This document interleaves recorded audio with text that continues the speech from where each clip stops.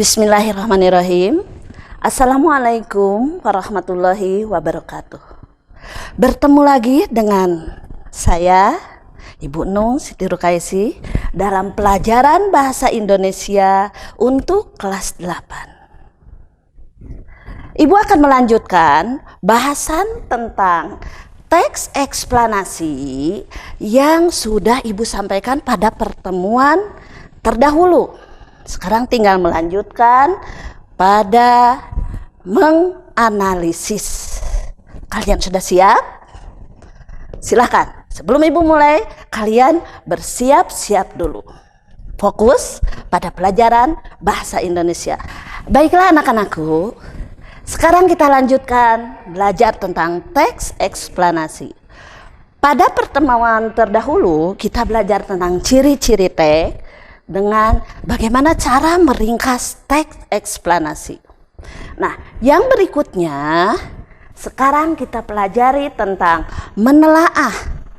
Pertama menelaah isinya, kemudian struktur, dan menelaah kaidah kebahasaan teks eksplanasi. Yang pertama yaitu menelaah isi. Kita lanjutkan pada menelaah isi. Menelaah isi teks eksplanasi. Di sini teks eksplanasi itu isinya itu harus bisa menjawab dari pertanyaan mengapa dan bagaimana. Jadi untuk jenis teks eksplanasi yang berupa sebab akibat itu harus bisa menjawab pertanyaan mengapa.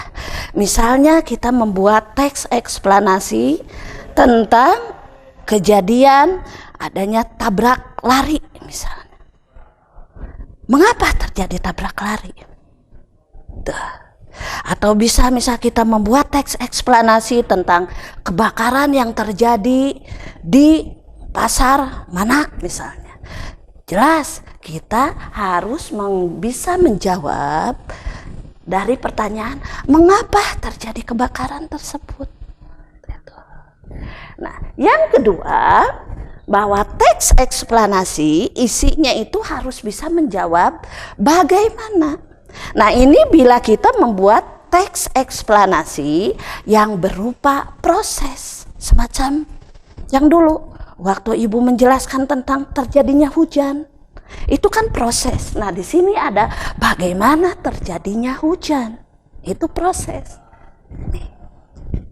Yang berikutnya yaitu menelaah struktur teks eksplanasi. Sebuah teks eksplanasi dibangun oleh struktur satu.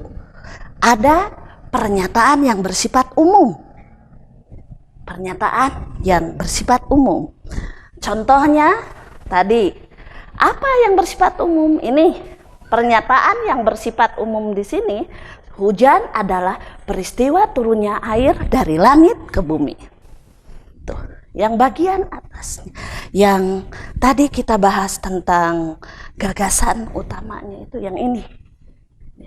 Yang berikutnya, bagian yang kedua adalah adanya deretan penjelas. Deretan penjelas biasanya dibentuk oleh kalimat-kalimat penjelas. Kalimat-kalimat penjelas ini adalah kalimat-kalimat yang menjelaskan bagian yang umum tadi. Terjadinya hujan, bagaimana? Awalnya bagaimana, kemudian bagaimana, kemudian. Nah, itu dijelaskan. Ini pada bagian deretan penjelas.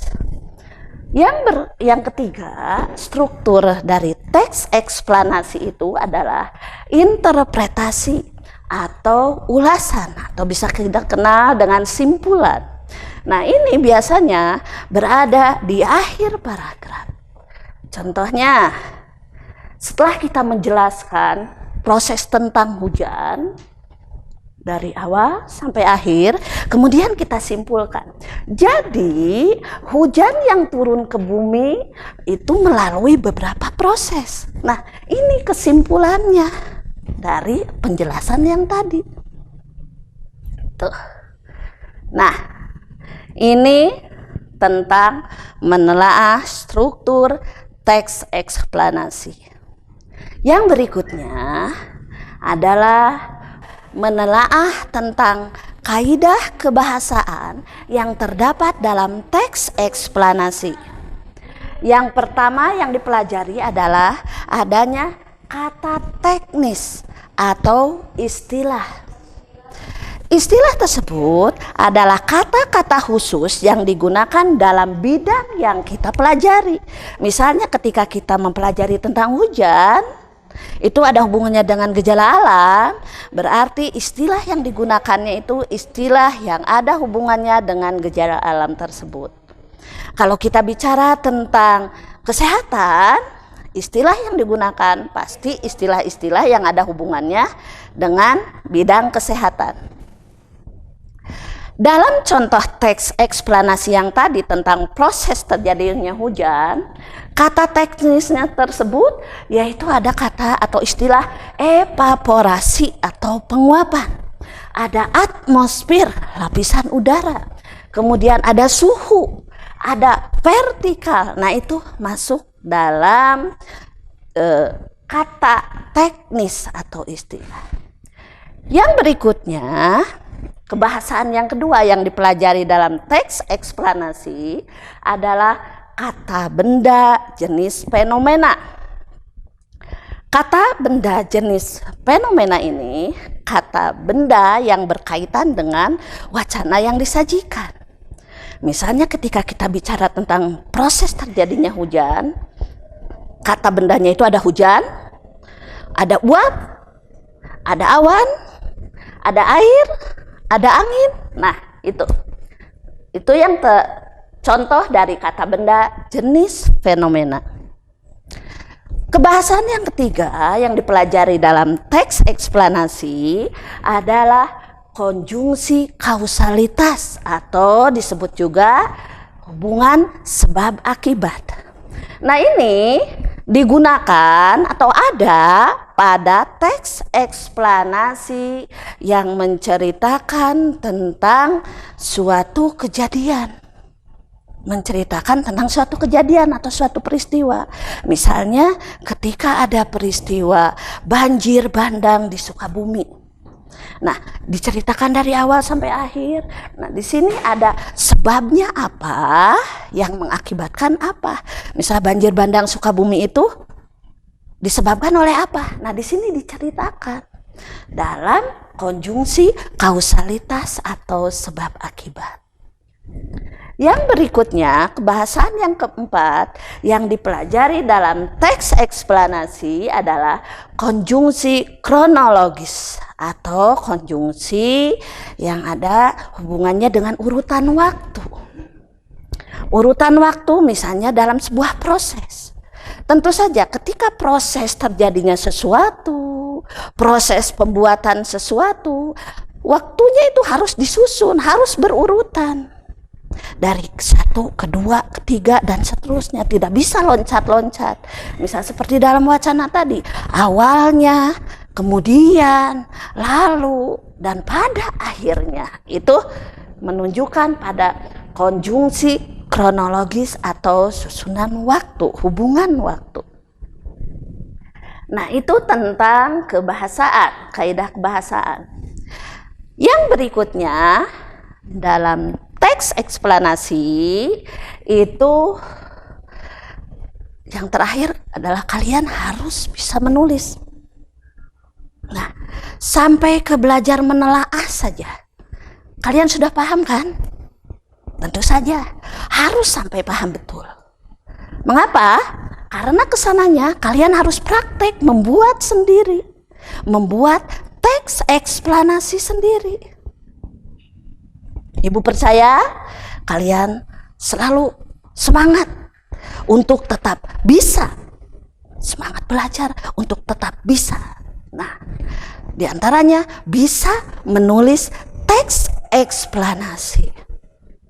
Baiklah, sekarang kalian siapkan lebih fokus bagaimana supaya kita bisa menulis teks eksplanasi. Sebelum ke langkah-langkah menulis teks eksplanasi, kita juga harus tahu dulu tentang pola penulisan. Tentunya pola penulisan teks eksplanasi. Kita tentukan dulu polanya. Kita membuat teks eksplanasi jenis apa? Apakah sebab akibat? Atau yang ada urutan waktunya? Proses? Atau digabung dua-duanya? Nah, di sini ada pola penulisan yang pertama adalah kronologis. Kronologis itu adalah teks eksplanasi yang di dalamnya berisi tentang proses. Bisa kalian membuat proses, misalnya membuat suatu makanan misalnya. Itu. Kemudian bisa juga ketika kalian berangkat ke sekolah, di jalan kalian melihat ada anak yang tertabrak misalnya. Kalian lihat sendiri bagaimana awalnya, kemudian bagaimana akhirnya, bagaimana akhir kejadiannya. Nah, di sini berarti jenis eksplanasinya itu masuk ke pola penulisan kronologis. Ada pola yang kedua, yaitu kausalitas, sebab akibat, yaitu teks eksplanasi yang di dalamnya itu berupa sebab akibat. Menyatakan sebab akibat. Misalnya seperti tadi, banjir yang terjadi di Sukabumi. Kalian ceritakan. Nah, setelah kalian baca, kemudian kalian buat lagi dalam bentuk teks eksplanasi, diceritakan. Nah, di sana biasa suka ada mengapa banjir itu terjadi. Apa akibatnya? Berapa korbannya? Itu. Nah, itu berarti masuk pada pola penulisan kausalitas atau sebab akibat. Dan jenis yang ketiga, pola yang ketiga adalah pola kronologis plus kausalitas. Artinya ini digabung. Jadi ada kronologisnya, ada kausalitasnya, ada urutan waktunya, ada sebab akibatnya. Itu. Misalnya tentang banjir bandang di Sukabumi. Kalian cari dulu informasinya, kapan terjadinya, berapa korbannya, apa saja yang kena. Nah, setelah itu kalian susun nanti dalam bentuk ada urutan waktunya, kemudian ada sebab akibatnya. Ini disatukan. Untuk yang pola yang ketiga, ini gabungan dari yang ke satu dan yang kedua. Baiklah anak-anak, masih semangat kan? Oke, kita lanjutkan. Sekarang kita lanjut pada bagaimana cara supaya kita bisa menulis teks eksplanasi. Langkah-langkahnya, yang pertama, kalian tentukan topiknya dulu. Nah, untuk menentukan topik ini, tentu saja kalian harus memilih topik yang kalian pahami, yang kalian kuasai, yang sudah kalian tahu banyak tentang hal itu. Jangan sesuatu yang baru yang masih blank, yang masih samar kalian ketahui. Apalagi kalian menceritakan tentang hoax misalnya. Nah, di sini kalian harus menentukan topik yang betul-betul kalian pahami. Tuh, satu. Langkah pertama, menentukan topik. Yang kedua, menyusun kerangka.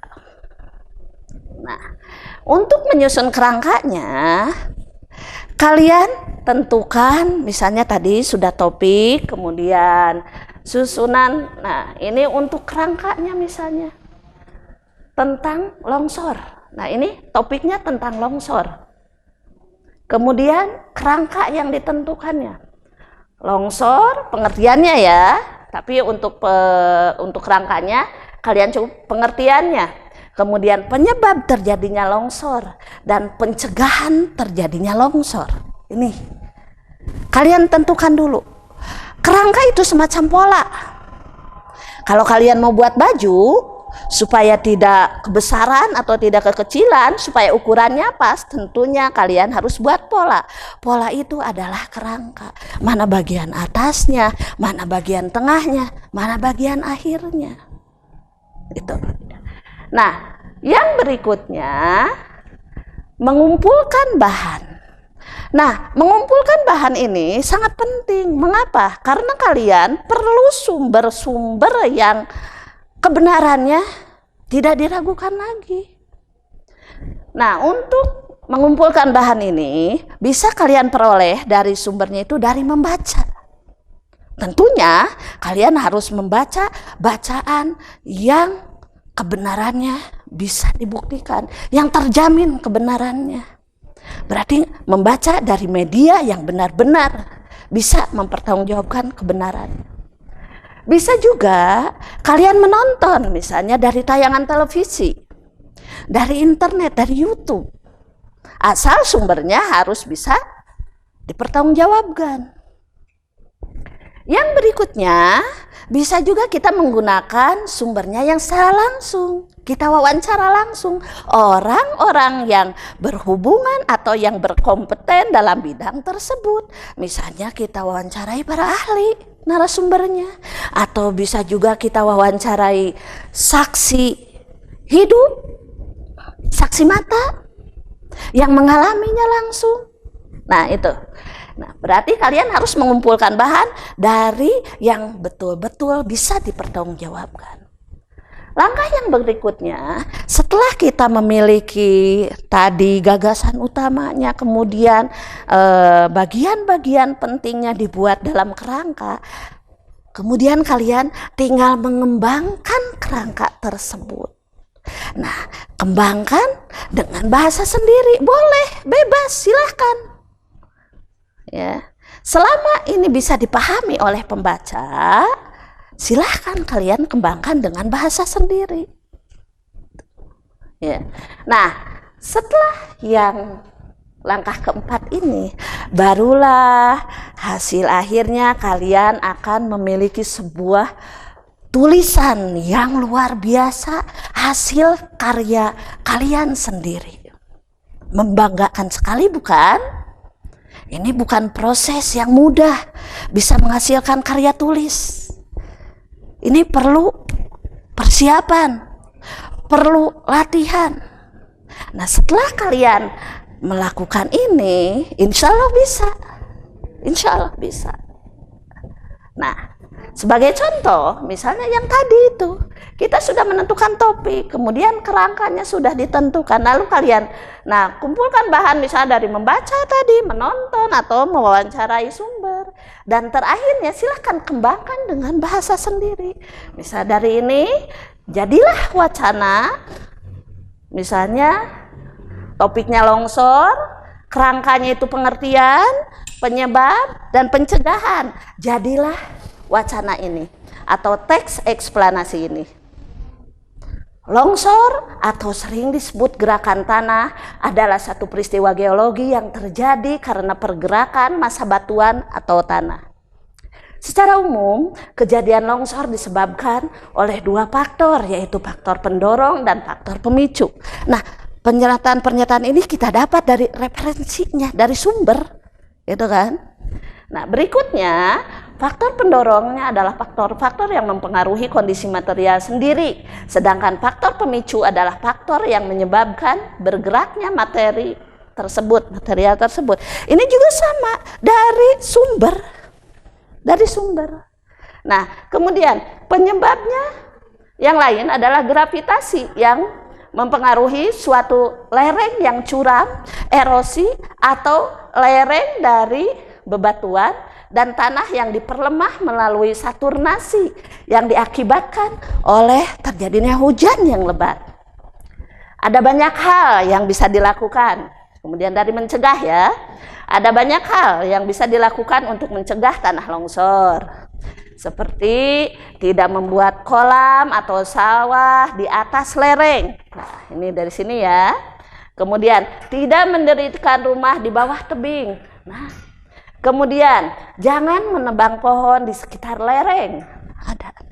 Kemudian jangan memotong tebing secara tegak lurus dan tidak mendirikan bangunan di sekitar sungai. Nah, jadilah ini sebuah teks eksplanasi sederhana tapi luar biasa hasil karya kalian. Nah, anak-anak, kalian sudah semakin tergambarkan tentang apa itu teks eksplanasi. Bagaimana cirinya atau apa cirinya? Bagaimana cara meringkasnya? Bagaimana cara menganalisis isi struktur kebahasaannya?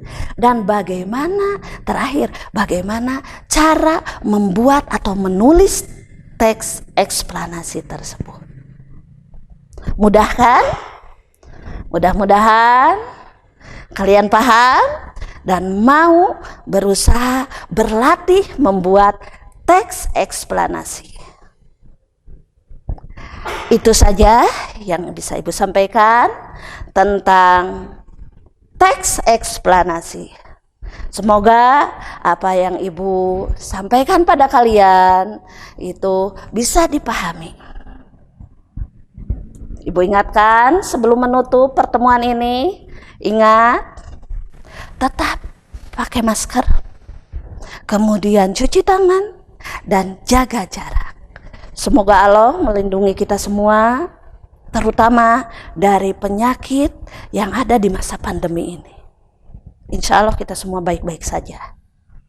Itu saja. Billahi taufik wal hidayah. Wassalamualaikum warahmatullahi wabarakatuh.